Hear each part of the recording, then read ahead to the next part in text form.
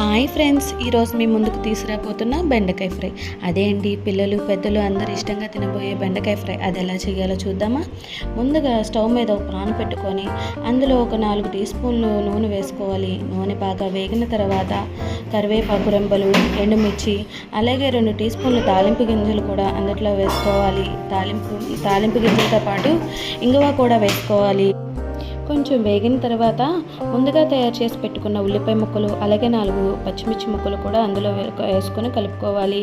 ఉల్లిపాయలు పచ్చివాసన పోయిన తర్వాత పిడికెడు పల్లీలు కూడా అందులో వేసుకోవాలి. పల్లీలు కర్రీలో వేయడం వల్ల మంచి క్రిస్పీగా వస్తుంది, అలాగే పిల్లలు కూడా చాలా ఇష్టంగా తింటారు. బాగా వేగిన తర్వాత కట్ చేసి పెట్టుకున్న బెండకాయ ముక్కలు ఇందులో వేసుకోవాలి. బెండకాయ ముక్కలు బాగా కలదిప్పుకున్నాక తర్వాత 1 టీ స్పూను సాల్ట్ కూడా వేసుకోవాలి. సాల్ట్ మీకు సరిపడగా వేసుకోండి. బాగా కలుపుకోండి. ఓ చిటికెడు పసుపు వేసుకొని మళ్ళీ కొంచెం కలుపుకోండి. కలుపుకున్న తర్వాత మీకు సరిపడా కారం వేసుకోండి. కారం వేసిన తర్వాత 2 మినిట్స్ తర్వాత మీకు గుమగుమలాడే ఎంతో రుచికరమైన బెండకాయ ఫ్రై రెడీ.